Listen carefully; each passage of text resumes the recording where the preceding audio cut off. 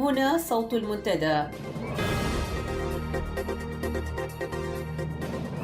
صوت المنتدى بث إذاعي يأتيكم يومي الأربعاء والسبت من كل أسبوع، ومن الساعة 8 إلى 9 مساء أيام الأربعاء، ومن 9 إلى 10 مساء أيام السبت بتوقيت إريتريا. صوت المنتدى على الموجة القصيرة 15245 كيلو هرتز أو 19 متر باند، وعلى مدى 24 ساعة على القمر الصناعي النايلسات على 8 درجات غرباً، وعلى تردد 11678 بالاستقطاب الرأسي. صوت المنتدى إعلام مستقل وحوار وطني بناء. صوت المنتدى.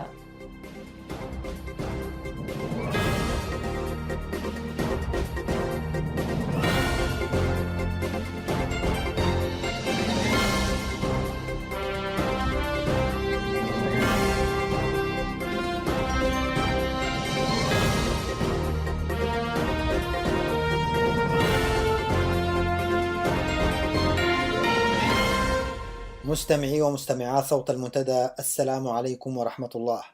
هذا صلاح محمد زين يرحب بكم في ساعة يوم الأربعاء 18 من فبراير. في مستهل الساعة وكالمعتاد نقدم لكم نشرة الأخبار، ثم مع القيس في إحدى محطاته. بعد ذلك يقرأ لكم الزميل يوسف بوليسي ما اختاره من كتاب جين شارب من الديكتاتورية إلى الديمقراطية. ثم نختم بما كتبه الأستاذ يوسف عبد الرحمن بجريدة الأنباء الكويتية عن أفورقي وعدائه للكتاب الإريتري. وقتا ممتعا ومفيدا مع ساعة يوم الأربعاء.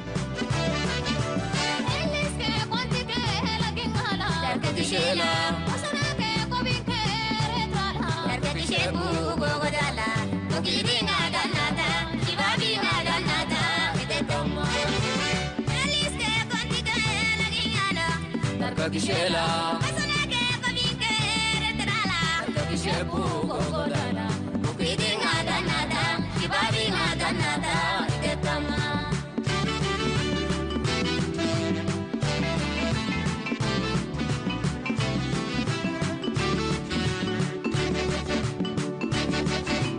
asana begina sada durmeda bu gogoda bu kabinka ka ini ngabala di tiara la kala du sumia koningala kabinka ka mana fe mana duda mas buwano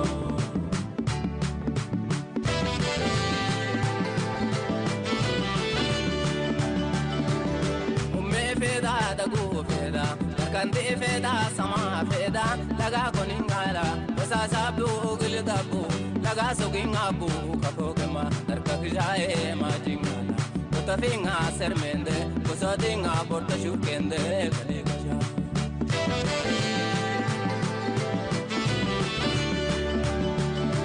bada daga gidaya ikalagi kalegasha napa kororo laga kalegasha mana fe mana udawas wono shutta daga gidaya ikalagi kabinka majar gullu jaga kabinka mana fe mana udamasi wono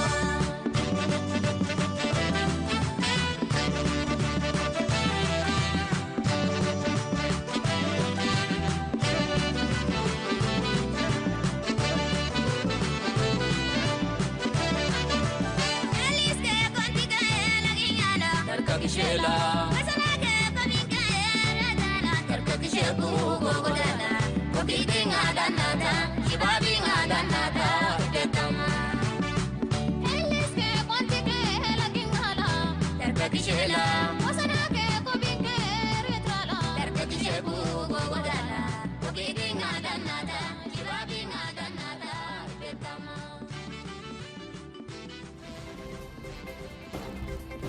صوت المنتدى. أبرز عناوين الأخبار: مراسلون بلا حدود تضع إريتريا على رأس الدول التي تنتهك حرية الصحافة وتبادل المعلومات. الودائع النقدية للنظام في الخارج تثير حفيظة أفراد قوات الدفاع الإريترية.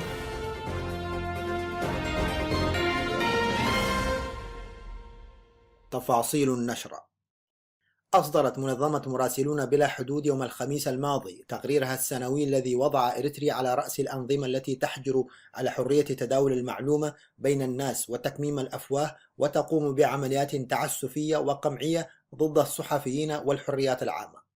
وحسب التقرير الذي صدر تحت عنوان وضع الحريات الصحفية في العالم لعام 2015، تذيلت إريتريا قائمة الدول التي مارست القمع على حرية الصحافة، متفوقة على كوريا الشمالية والصين وتركمانستان وسوريا. وحذر المؤشر العالمي لحرية الصحافة هذا العام، والذي كان بعنوان تراجع على كافة الأصعدة، من تدهور حرية المعلومات في جميع أنحاء العالم التي تعاني من الحروب والتهديد المتزايد من جهات غير حكومية والعنف أثناء المظاهرات والأزمة الاقتصادية. وأكد أن حرية الإعلام هي في تراجع ملفت في جميع القارات. كما أوضح التقرير أن إريتريا لم تشهد أي تحسن في مسألة الحريات الصحفية، بل حافظت على سجلها السيء في قمع الحريات، مما يؤكد مدى اعتماد النظام الديكتاتوري على سياسة ثابتة تستهدف قمع الحريات الصحفية والقضاء على البنية التحتية التي تعتمد عليها في مهدها. وقد ظلت منظمة مراسلون بلا حدود، والتي تتخذ من باريس مقرا رئيسا لها، ومنظمات صحفية وحقوقية أخرى، تنتقد سجل إريتريا في التعامل مع حريات الصحافة وقمع التبادل الحر للمعلومة بمختلف أنواعها، فضلا عن مطالبتها النظام بإطلاق جميع المعتقلين بما فيهم الصحفيين الذين يقبعون في معتقلات مجهولة دون توجيه أي تهمة ودون مراعاة حقوقهم في محاكمة قانونية منذ 15 عاما. أثارت الأنباء المسربة خلال الأسبوع الماضي من إحدى فروع بنك HSBC البريطاني بسويسرا، والتي تحدثت عن ودائع نقدية سرية للنظام قدرت ب$700 مليون أمريكي، حفيظة مختلف قطاعات شعبنا وأفراد قوات الدفاع الإريترية. وأفادت مصادر إذاعة صوت المنتدى من الداخل عن انتشار الخبر بين الناس بسرعة قياسية، وأصبح مثار حديثهم واستهجانهم للنظام الذي يمارس سياسة التجويع والإفقار تجاههم، في الوقت الذي يكدس فيه مثل هذه المبالغ الضخمة في بنوك خارجية وبحسابات سرية.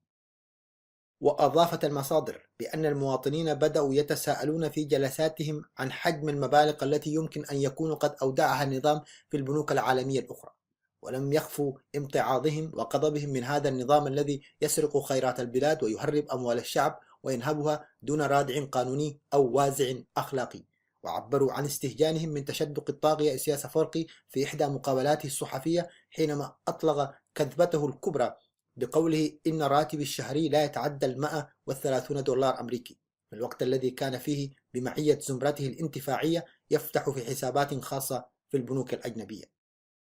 وتوقع المراقبون بأن انتشار الخبر بين الناس وردود أفعالهم ستؤدي بالضرورة إلى الإسراع بالإطاحة بالنظام، خاصة وأن قوات الدفاع الإريترية ظلت تعاني من شح في الإمكانيات اللوجستية والتجهيزية منذ فترة طويلة، كما أن فهم الناس للنظام بصورة صحيحة سيكون دافعا لاستنهاض الهمم ورفع درجات التحدي للقضاء عليه في أسرع وقت.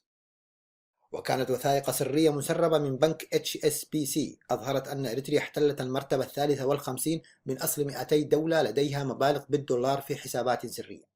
كما كشفت الوثائق أن إجمالي قيمة المبالغ الموضوعة للعملاء بإريتريا بلغت ما يقرب $700 مليون، بينما بلغ عدد الحسابات المصرفية 24 حسابا.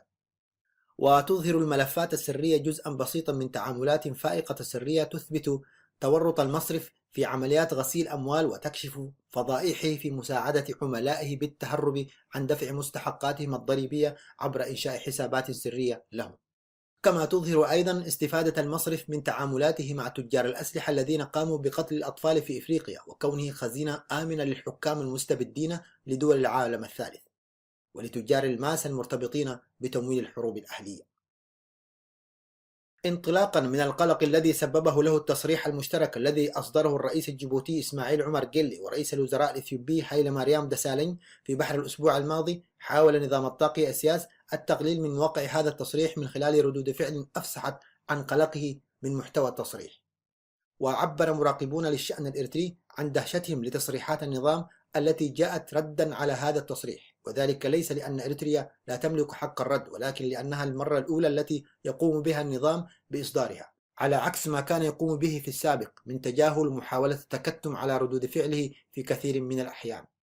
وكان زعيما البلدين في بيان أصدره عقب محادثات تناولت العلاقات الثنائية خلال زيارة رئيس الوزراء الإثيوبي لجيبوتي الأسبوع الماضي، قد دعا المجتمع الدولي إلى اتخاذ خطوات جادة ضد الحكومة الإريترية والعمل على ردعها لوقف زعزعة الاستقرار في المنطقة.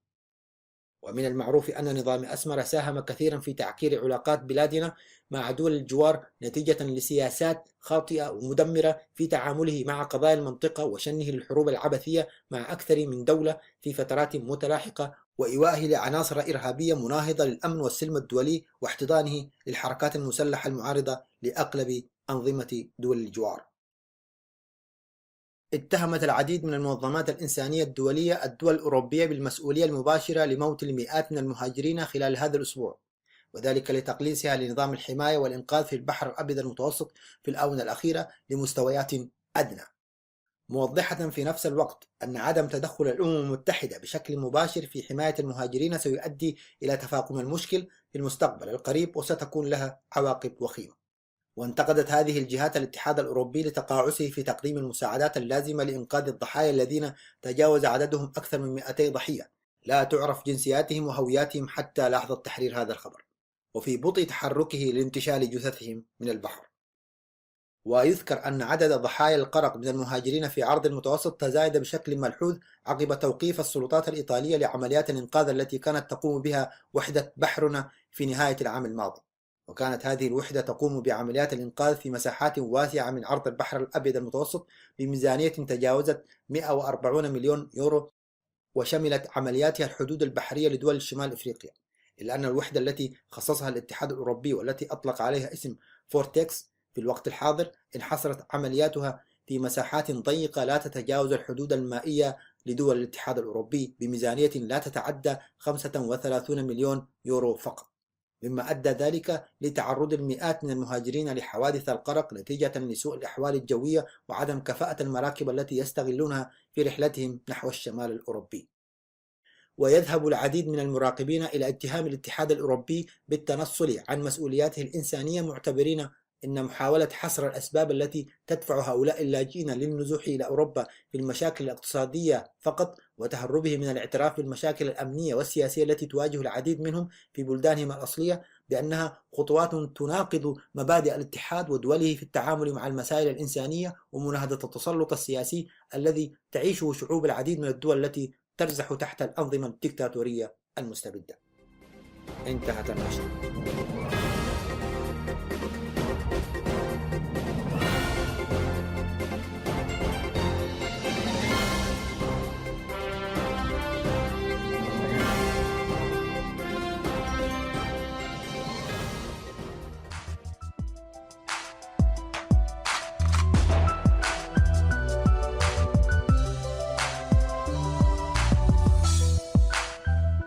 محطات مع أحمد القيسي.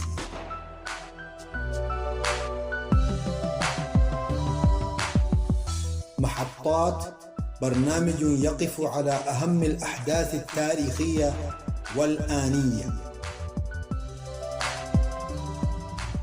مشاهد إريتريا، النظام وأحواله، والمعارضة وأوضاعها، والأفق المسدود. أقرب ما يثير الأسى في النفس هو المشهد الإريتري برمته نظاما ومعارضة، وأكثر ما يثير الأسى في النفس أن هذه الأوضاع هي من النوع الذي يقود متى ما جاءت لحظة الانهيار الكبير بالفراق السياسي وعدم وجود قوة أو تحالف قوي ليملأ هذا الفراق، وبالنتيجة هو السير نحو المجهول. وكم من البلدان المتجهة نحو هذا المصير بالقرب منا والحبل على الجرار. النظام لم يعد أمامه من خيارات يمكن من خلالها أن يحسن الصورة أو أن يبتدع لنفسه طرقا قد تساعد إلى حد ما في إعادة إنتاج نفسه بصورة قد تكون مساعدة لاستمراره. والمعارضة تعاني من مرض مزمن اسمه محلك سر، لا أفق للوعد المنشود، لا جديد نحو معارضة فاعلة. والشعب إلى جانب معاناته الكثيرة والمتعددة يمكن القول إنه فقد البوصلة، فالبيئة التي أوجدها النظام بفعل ممارسات لا حصر لها من الإقصاء والتهميش الكثير من المكونات السياسية والاجتماعية دفعت بفئة كانت قد لفظت منذ زمن طويل لتحيي روح الطائفية والمناطقية وبواقي القبلية وهلم جر من هذه الأيقونات المتخلفة، وكأنها الملاذ والخلاص. ورغم إفلاس هذا الخطاب إلا أنه على مدى 25 عاما من الأخطاء الفادحة والحروب الخاسرة والوفرة المباركة من العناصر والقوى الانتهازية القديمة الجديدة أعادت الروح لهذا الخطاب وبحوية ملفتة. والمسألة لا تقتصر على من هم في المهجر، بل إن الوضع في الداخل قد بلغ مستوى يصعب معه تصديقه، وكأن البلد في طريقه ليصبح شظايا. أحيانا يحتار المرء حين يتطلع إلى المشهد السياسي الإريتري من زاوية الناقد المتفحص، فالنظام وبرغم المآسي والويلات التي جلبها لهذا الشعب ولهذه البلاد نجده وقد انقلب في حركة مفاجئة إلى نظاما وطنيا ومدافعا مستميتا للقضايا الوطنية، سيما حين يكون الحديث عن السيادة الوطنية والقرارات الأممية حول أحقية إريتريا والتي تتلكأ إثيوبيا في تنفيذها. ولعل قناعة النظام تكمن أن التشدد في هذه المسألة يضفي الشرعية على كل الممارسات الخاطئة للنظام. والمأساة أن الأمور لا تتسق إطلاقا بين شعب بلغ به الحد إلى الهروب إلى أصقاع العالم وتحمل مخاطر لا حد لها، وبين ممارسات النظام في الدفاع عن السيادة الوطنية وانتهاء سياسة عسكرة المجتمع. كيف يعقل الحديث عن قضايا وطنية تتطلب في حدها الأدنى إجماعا شعبيا، وبين شعبا ما أن يجد فرصة حتى طار هاربا نحو المجهول، وهي حالة من التعبير أن هؤلاء لم يعد يعنيهم لا وطن إسياس ولا قضاياها الوطنية ولا أرضه المسلوبة. أما المعارضة بكل أشكالها ومنطلقاتها مع كل احترامنا لكل مجهود يظهر هنا وهناك، فهي التعبير الأكثر بلاغة للأزمة الإريترية، حين لا يجد الإريتري البائس ملاذا معنويا عند هؤلاء الذين يفترض أن يكون البديل لهذا النظام، فعلى المعارضة السلام.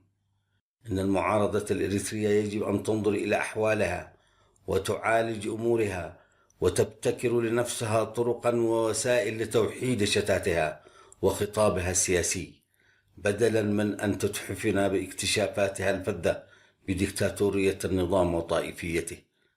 إن من محاسن النظام الإريتري إنه من النوع ربي كما خلقتني، فهو يرتكب الأخطاء والحماقات ويخلق المآسي جهارا نهارا، وهو في اعتقاد راسخ إنه على حق والآخرون خونة.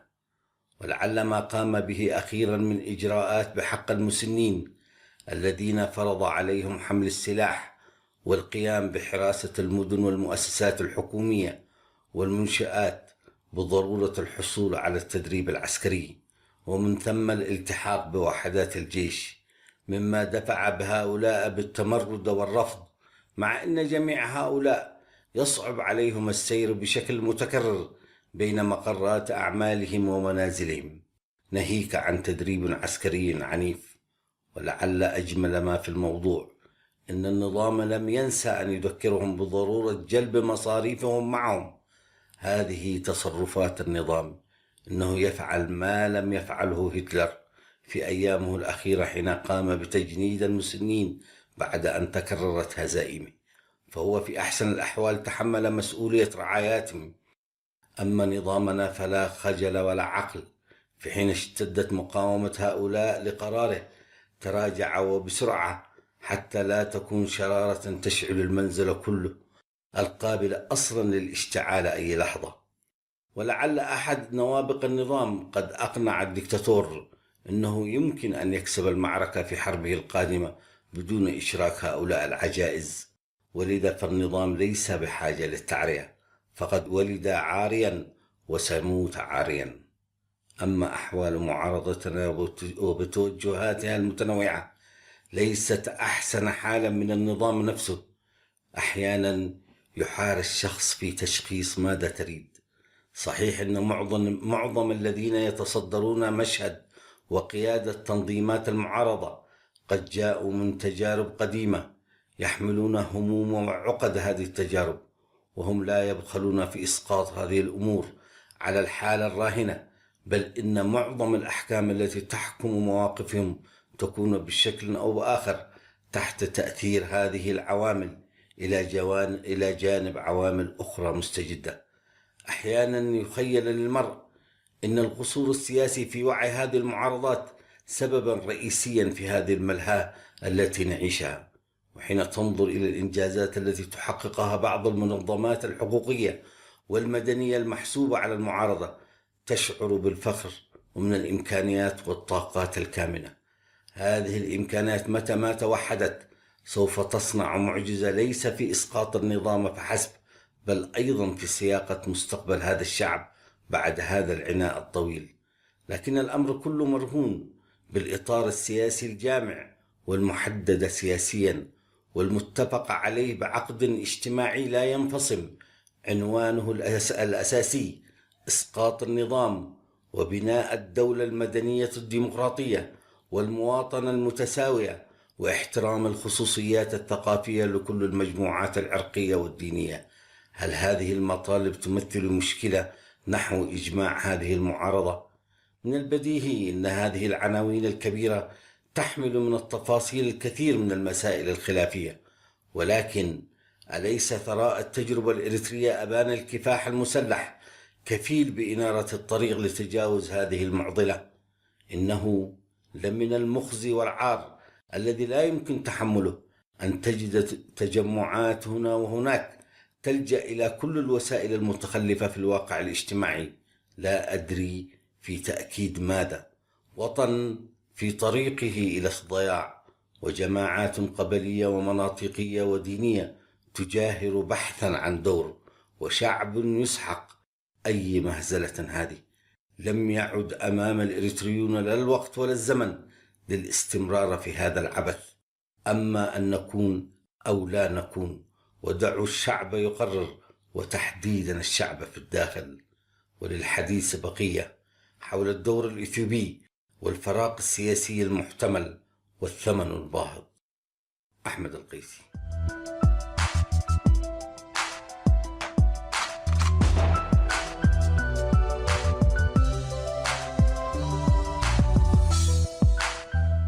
محطات مع أحمد القيسي.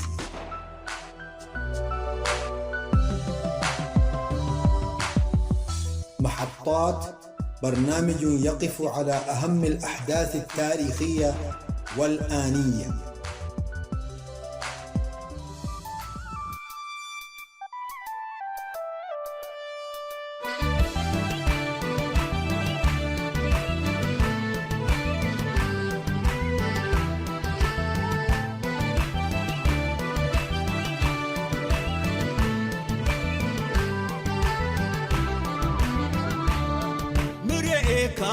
تم وبسمعك، تم مرعيك، تم وبسمعك، تم من تتهاجى أبوك إنكم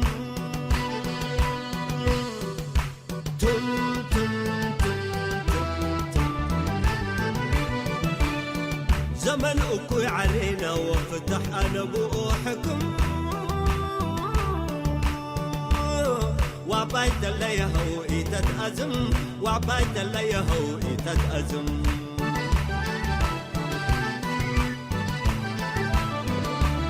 أنا لا يأزم وعفويا يلقم أنا لا يأزم وعفويا يلقم باسر وتساقم نية الشعب قد تتمم باسر وتساقم نية الشعب قد تتمم طيور قبوة حوالي الأزم قبيل ديب حمم طيور قبوة حوالي الأزم قبيل ديب حمم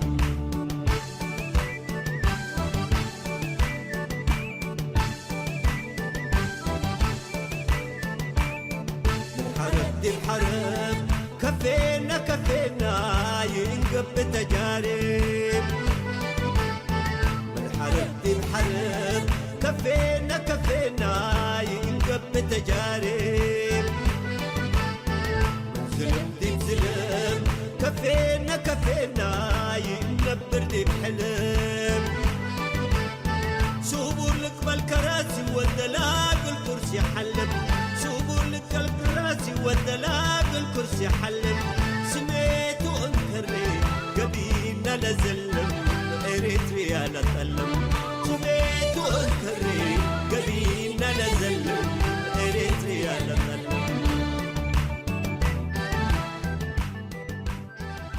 تفكيك النظام الدكتاتوري.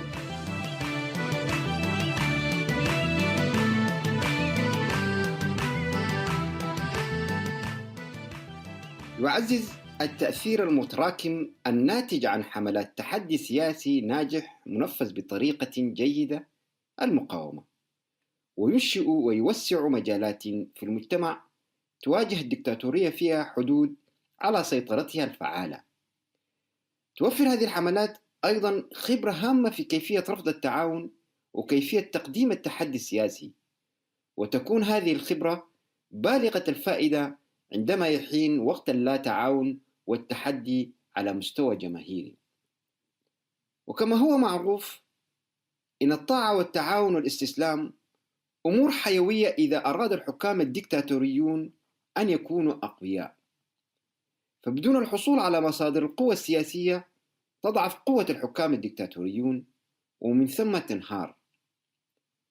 إن سحب الدعم يعتبر هو أهم عمل مطلوب لتفكيك الدكتاتورية، ومن الأهمية دراسة كيف يمكن التأثير على مصادر القوة من خلال التحدي السياسي.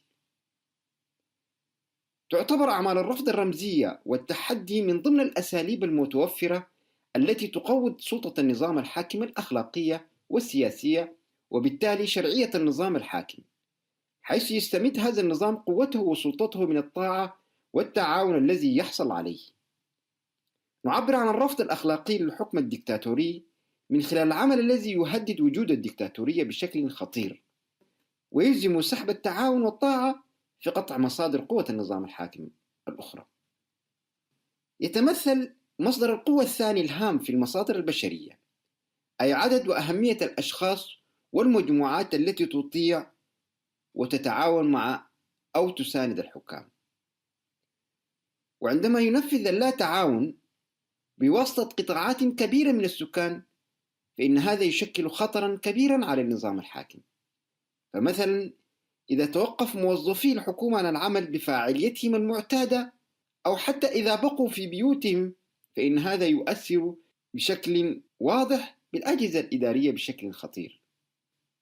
أيضا إذا كان من ضمن الأشخاص والمجموعات التي تمارس اللا تعاون أشخاص قاموا مسبقا بتزويد خبرات ومعرفة متخصصة، بالتالي يصبح الحكام الدكتاتوريون يرون أن قدرتهم على تنفيذ ما يريدون قد ضعفت بشكل خطير، وحتى قدرتهم على اتخاذ قرارات على دراية وتطوير سياسات فعالة تقل بشكل كبير. يصبح السكان أكثر ميلا نحو العصيان واللا تعاون إذا ضعفت التأثيرات النفسية والفكرية المسماة بالعوامل غير الملموسة، التي عادة ما تحث الناس على طاعة ومساعدة الحكام أو تغيرت.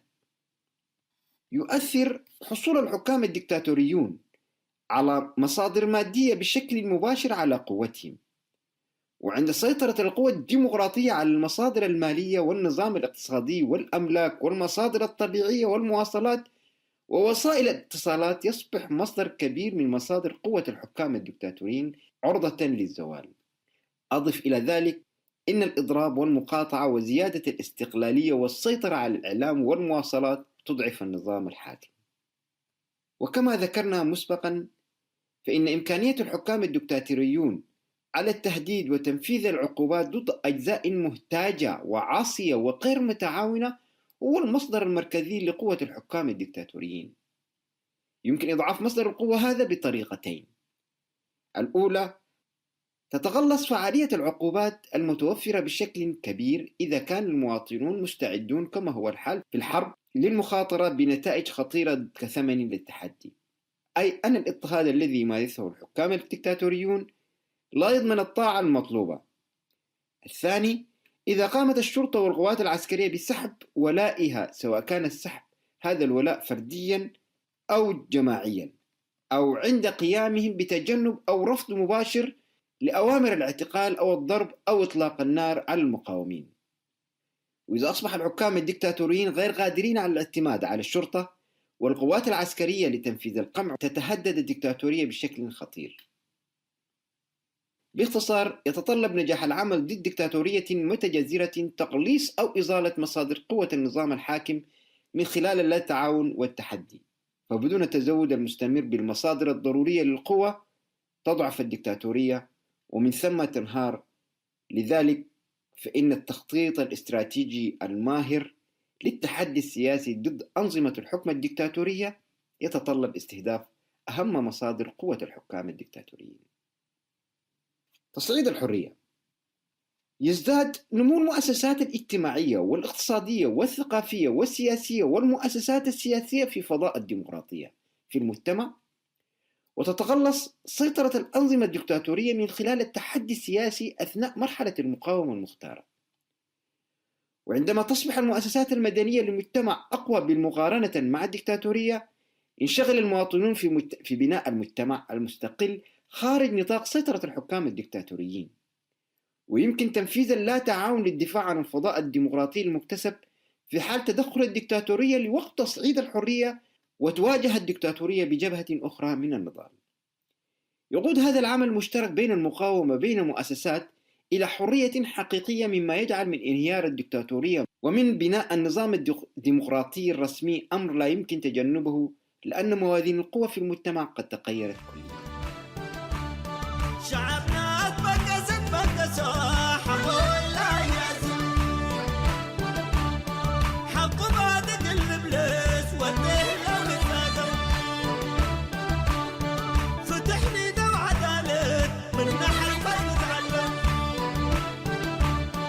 اريتريا تكفينا كفاءة حديثنا، اريتريا تكفينا كفاءة حديثنا، مرئيكا تم وسمعكا تم، مرئيكا تم وسمعكا تم، من تتهاقى أبوك إنكم تم تم تم تم تم. زمن أكوي علينا وفتح أنا بوحكم، وعبايت اللي يهو تتأزم، وعبايت اللي يهو تتأزم، وعبايت اللي يهو تتأزم، وعبايت اللي يهو تتأزم. انت ترفع متقارب وانت ترفع تفارة، انت ترفع متقارب وانت ترفع تفارة، شعب ليدين يدو فتحوا ليدي والمراه، وحدة نوس العقبة وشعب لك بقارة، سنيت تتعندون تعندق يا هو أباي نفرح، اقص سنيت تتعندون تعندق يا هو أباي نفرح، اقص سنيت تتعندون تعندق يا هو أباي نفرح، اقص سنيت تتعندون تعندق يا هو أباي نفرح. صوت المنتدى.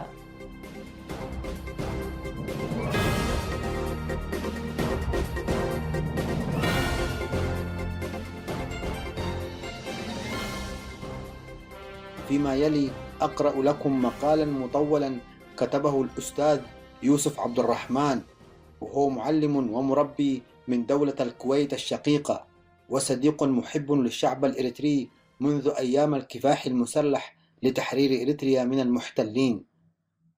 كتب الأستاذ يوسف بجريدة الأنباء الكويتية ما يلي: إسياس أفورقي عدو الكتاب الإريتري.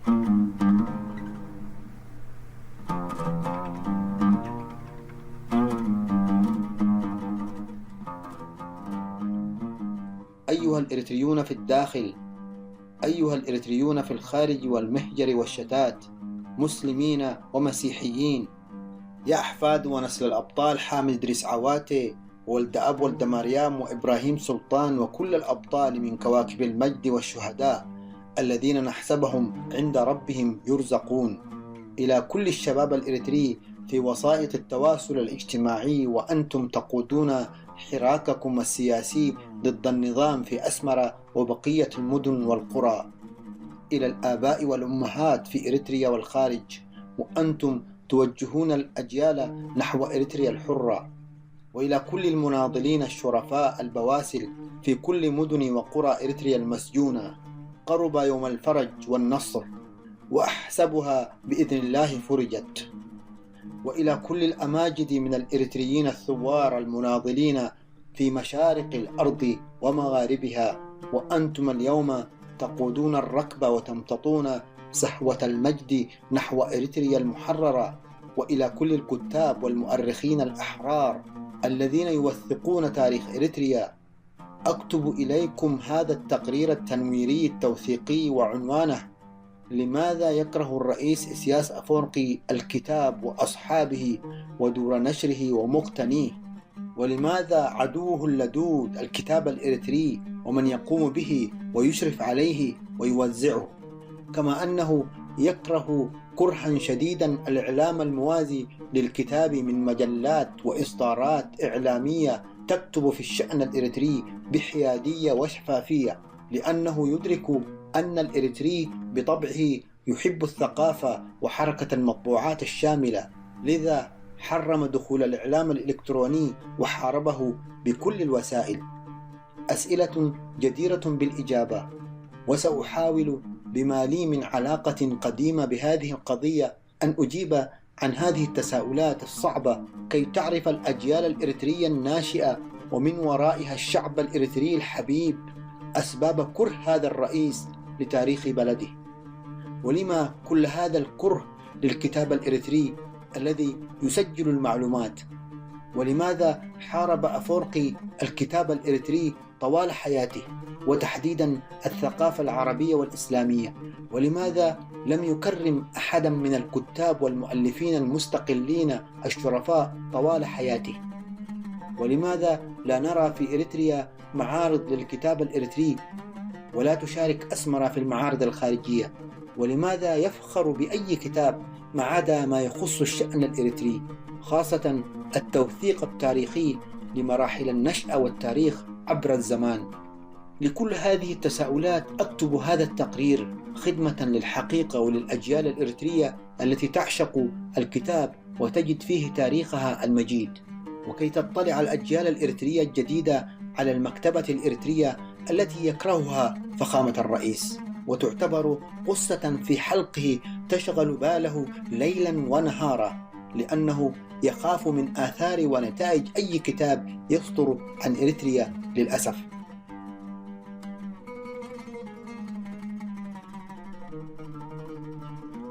ويواصل الأستاذ يوسف تساؤلاته عن كره إسياس للكتاب بالقول: لماذا عدوه الكتاب؟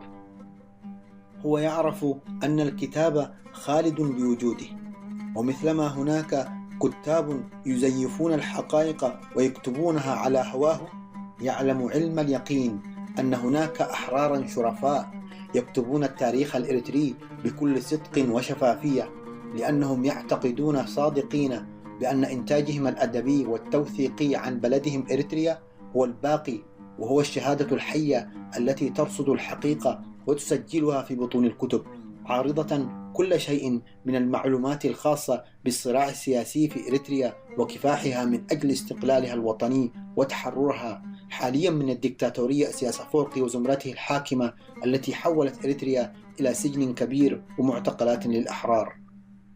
لقد أدرك الشعب الإريتري أهمية وجود الكتاب المؤلف عن التاريخ الإريتري وأبطاله الحقيقيين، انطلاقا من الحقيقة الثابتة القائلة إن النضال من أجل استقلال إريتريا كان مهره دماء غزيرة من المسلمين والمسيحيين حفاظا منهم على الوطن الأم إريتريا العظيمة.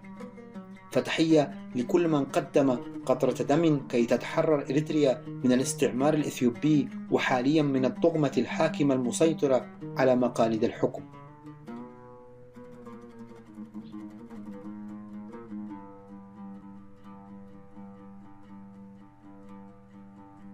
ويواصل الأستاذ يوسف حديثه تحت عنوان جانبي: الكتاب يرصد حركة التاريخ الإريتري.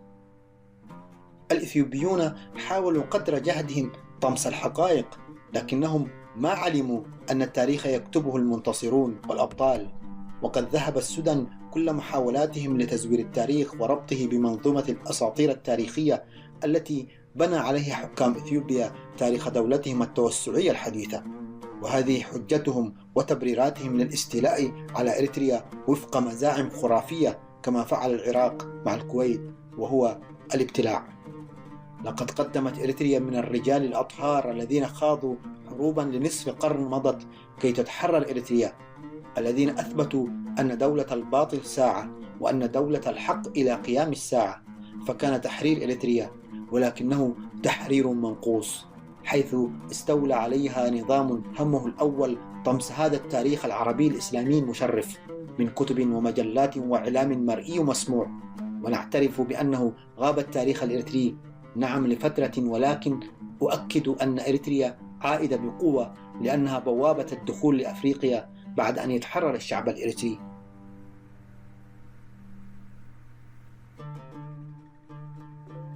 التاريخ الإريتري. لنترحم على أبطال كان لهم رصد حركة التاريخ الإريتري استنادا إلى ما كتبوه من واقع متابعتهم ورصدهم للوثائق التاريخية ومعايشتهم للأحداث للوصول إلى المعلومة التي تسجل التاريخ الإريتري والتي تخلد تاريخ شعب على مر العصور والأحداث المثيرة، وتفسير مجريات الأحداث ونقل هذا التاريخ المكتوب بمداد الحقيقة والشفافية إلى الأجيال الإريترية. إنني كدارس أحيي وأقدر جهد كل الكتاب الإريتريين الأماجد الذين رفضوا تقسيم إريتريا بين إثيوبيا والسودان، وناضلوا من أجل إظهار الحقيقة أن إريتريا عبر التاريخ كانت مستقلة في مسيرة حركة التاريخ، ونقلوا بأمانة عظيمة هذه الحقيقة إلى الأجيال القادمة واللاحقة. فجوهر هوية أي شعب هو تاريخه. إن الشعب الإريتري يدرك تماما بعد أن أصبح قادرا على الفرز كيف يحكم على مضمون أي كتاب إريتري ويفرق بين ما هو جميل وقبيح من أحداث التاريخ، وكما هو حاصل اليوم في إريتريا المسجونة بكل القرائن والشواهد المتوافرة لديه من دون أن يضع أي اعتبار للخوف. فما عاد الشعب الإريتري يخاف من جلاده، لأن التاريخ الإريتري غير قابل للتزوير، وإن قدا لناظره لقريب. بإذن الله لن يطول انتظارنا مع هذا الحراك السياسي الشعبي للأمة الإريترية. وتحت عنوان كوارث التاريخ الإريتري يقول الأستاذ يوسف: احتل البريطانيون إريتريا تحت مظلة قوات الحلفاء بتدخل الولايات المتحدة الأمريكية، وأثبتت الأيام أن وعود البريطانيين لم تكن سوى وعود كلامية جوفاء. وكانت إريتريا حينذاك لا تملك قيادات وطنية لها حظوة عند الشعب الإريتري ولها شعبية، غير أن الاستعمار الجائر البريطاني ومن قبله الإيطالي ثم الإثيوبي جعل من إريتريا ولادة. فكان أن ولد عواتي وإبراهيم سلطان وكبيري وآخرون يصعب حصرهم صنعوا التاريخ والمجد وأسسوا الجمعيات الإريترية الوطنية التي قادت النضال الوطني والتحرري. ثم برزت الجبهات الإريترية في فترة حق تغيير المصير، ثم تأسست الأحزاب الإريترية ومنها حزب الرابطة الذي أسسه إبراهيم سلطان وصحبه، وكان خطوة لبناء الكتلة الاستقلالية من الاحتلال. ثم ظهرت دعوات تنادي الكتلة الاستقلالية التي سعت لنيل إريتريا استقلالها التام مقابل الكتلة التي تطالب بالانضواء تحت إثيوبيا. وتعرضت الكتلة الاستقلالية لتصفيات وقتل من قبل الإثيوبيين، وكان على رأس الشهداء عبد القادر محمد صالح كبيرة وآخرون. ولولا وجود كتاب يوثقون هذا الحدث لما عرفنا بما جرى في التاريخ، ومن هنا تنبع أهمية وجود الكتاب. ويبقى أن أذكر بإنصاف كل المسلمين العقلاء والمسيحيين المنصفين الذين حافظوا على إريتريا المستقلة بعيدا عن الفيدرالية مع إثيوبيا، وصدقوا في خاتمة المطاف، واندحرت أحلام دعاة الانضمام وقبلت مع الهزيمة الإثيوبية. لولا وجود كتاب أفذاذ لما علمنا بتاريخ الشعب الإريتري في فترات زمنية متباعدة ومتقاربة. وأجل المعارف التي توصلت لها أنا وغيري من المتابعين لهذه القضية العادلة أن الاستقلال الحقيقي لإريتريا هو المحرك الديناميكي الذي برز على الدوام، وأضاف إلى كل الكتب المؤلفة عن إريتريا تميز هذا الشعب الذي جبل على التضحيات والنضالات في سبيل الحفاظ على وحدته ووحدة إريتريا الموحدة الحرة. وتوالت الاستعمارات المختلفة لكنهم جميعا رحلوا، وستعود إريتريا إلى الديمقراطية والنور. وتحت عنوان حملة الكراهية يقول الأستاذ يوسف: أعرف مسبقا أن هناك بعضا من الإريتريين المحسوبين على النظام سينبرون كما فعلوا سابقا، يكتبون وينشطون ضدي زاعمين بأنني أحمل الكراهية وأزرع الفتنة الطائفية في إريتريا. وعندما أقرأ بياناتهم ومدوناتهم وأسمائهم المستعارة أضحك من جبنهم ورداءة أسلوبهم واتهاماتهم المزعومة بغير دليل. إن تاريخ الصحفي معروف تعززه الأراشيف والكتب، وإنني أنصحهم بأن لا يزايدوا علي في قضية إريتريا، لأن هرطقاتهم وكذبهم ودجلهم مفضوح، ولن أكلف نفسي الرد عليهم، لأن أبناء الشعب الإريتري سيتصدون لهم دون هوادة. وختم الأستاذ يوسف عبد الرحمن بالقول: نحن اليوم كقراء لتاريخ الشعب الإريتري نقف شاكرين لكل أولئك الذين كتبوا عن الاستعمارات المختلفة التي توالت على إريتريا، ونحيي جميع الجهود المخلصة التي وثقت الأحداث بالمعلومات والصور، ونقف عاجزين عن فهم لماذا يكره الرئيس إسياس أفورقي هذا التاريخ الذي لن يستطيع طمسه في زمن التواصل الاجتماعي وتطور التكنولوجيا الإلكترونية. أيها الإريتريون في كل مكان، فرصتكم اليوم للبحث عن كل الكتب القديمة وطباعتها ونشرها في وسائل الاتصال الحديثة دون خوف. حالكم حال كل العظماء الذين وثقوا التاريخ الإريتري دون خوف ولا وجل، غير آبهين بالاغتيالات والاعتقالات. الكتاب الإريتري موجود بأيدي أمينة ولن يمنعه أحد، ونبشر الرئيس أفورقي والجميع بجيل إريتري واعد وضع نصب عينيه الكتاب، لأنه عربون وفاء لحبيبتهم الأم إريتريا. الأستاذ يوسف عبد الرحمن.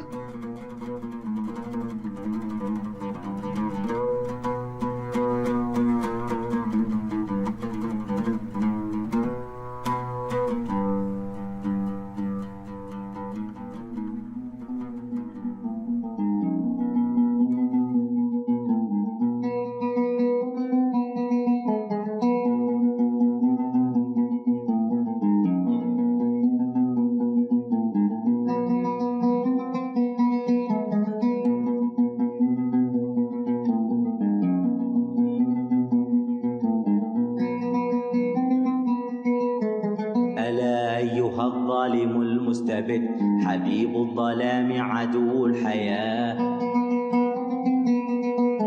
سخرت بأنة شعب ضعيف وكفك مخضوبة من دماء. ألا أيها الظالم المستبد حبيب الظلام عدو الحياة. سخرت بأنة شعب ضعيف وكفك مخضوبة من دماء. وسرت تشوه سحر الوجود وتبدر شوك الأساف رباه. رويدك لا يخدع عنك الربيع وصحو الفضاء وضوء الصباح. ففي الأفق الرحب هول الظلام وقصف الرعود وعصف الرياح حذار فتحت الرماد اللهيب ومن يبدر الشوك يجني الجراح ألا أيها الظالم المستبد حبيب الظلام عدو الحياة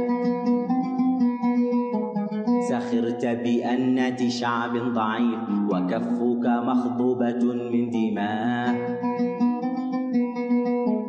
وسرت تشوه سحر الوجود وتبدر شوك الأساف رباه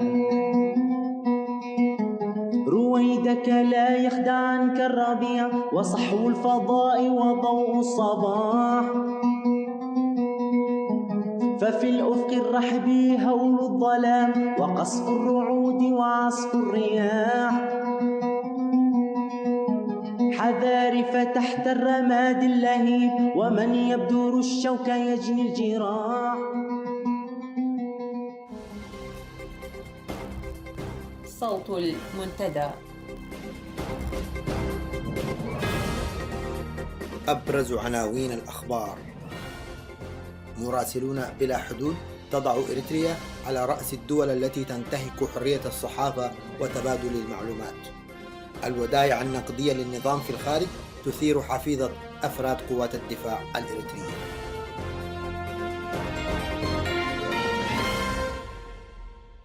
تفاصيل النشرة: أصدرت منظمة مراسلون بلا حدود يوم الخميس الماضي تقريرها السنوي الذي وضع إريتريا على رأس الأنظمة التي تحجر على حرية تداول المعلومة بين الناس وتكميم الأفواه وتقوم بعمليات تعسفية وقمعية ضد الصحفيين والحريات العامة.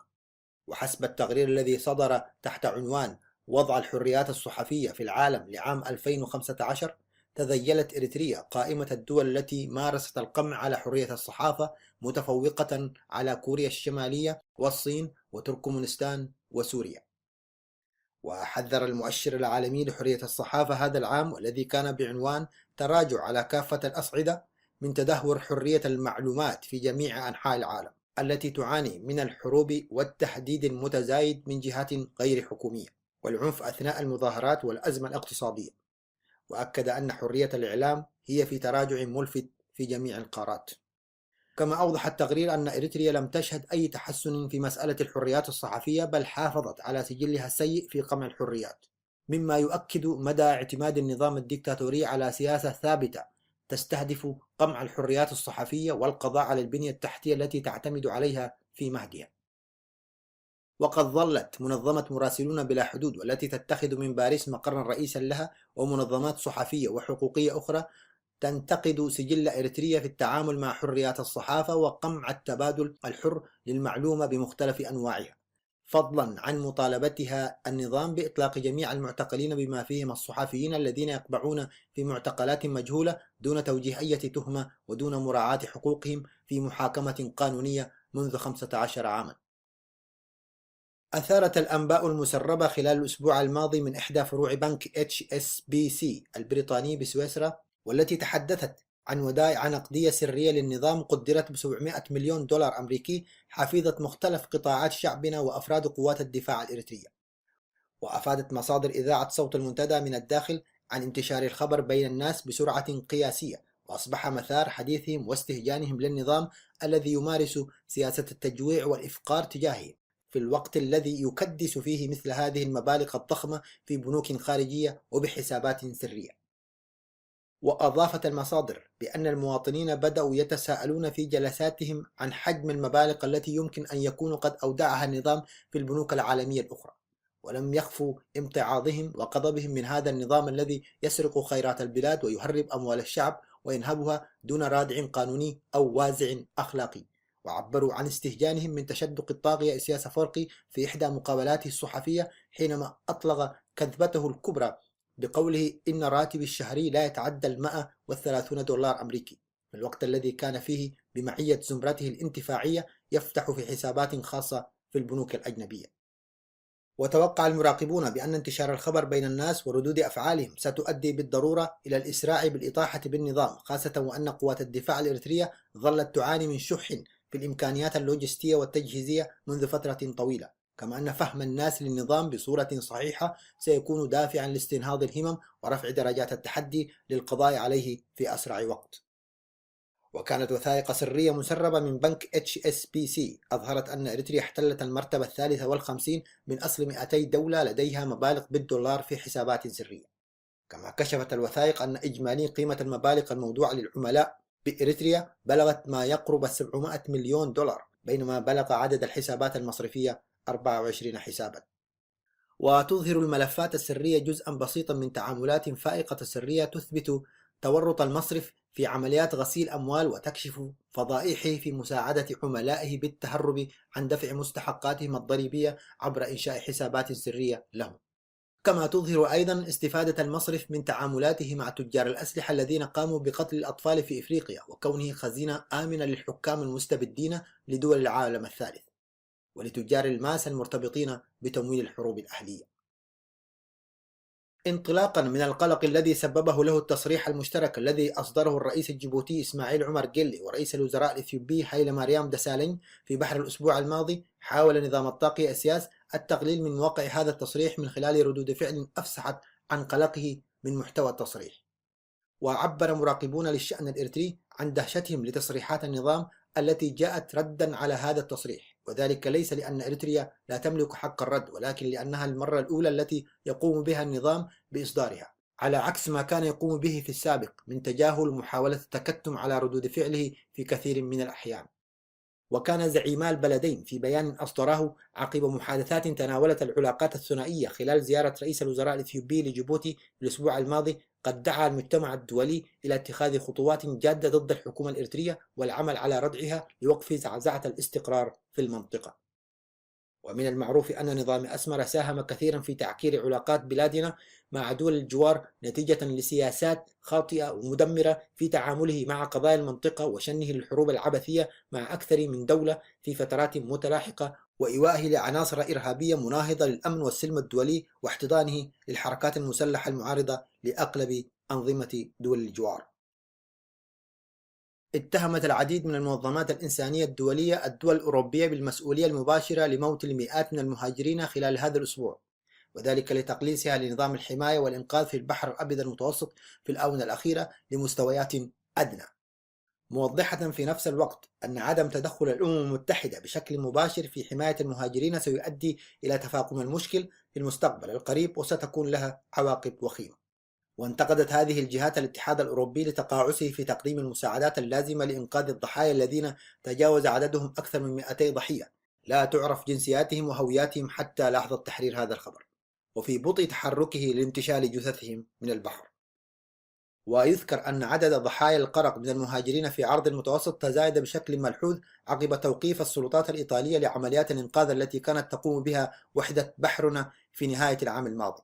وكانت هذه الوحدة تقوم بعمليات الإنقاذ في مساحات واسعة من عرض البحر الأبيض المتوسط بميزانية تجاوزت 140 مليون يورو، وشملت عملياتها الحدود البحرية لدول شمال إفريقيا، إلا أن الوحدة التي خصصها الاتحاد الأوروبي والتي أطلق عليها اسم فورتكس في الوقت الحاضر انحصرت عملياتها في مساحات ضيقة لا تتجاوز الحدود المائية لدول الاتحاد الأوروبي بميزانية لا تتعدى 35 مليون يورو فقط، مما أدى ذلك لتعرض المئات من المهاجرين لحوادث الغرق نتيجة لسوء الأحوال الجوية وعدم كفاءة المراكب التي يستغلونها في رحلتهم نحو الشمال الأوروبي.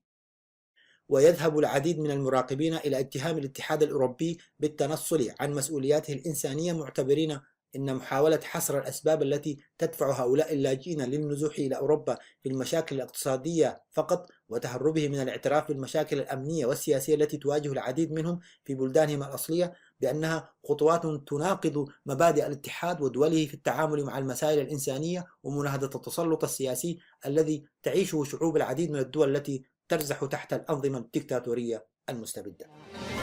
انتهت النشرة. صوت المنتدى. إلى هنا وصلنا وإياكم إلى ختام ساعة اليوم. شكرا لحسن استماعكم، وإلى لقاء جديد بمشيئة الله. ابقوا على خير وعافية.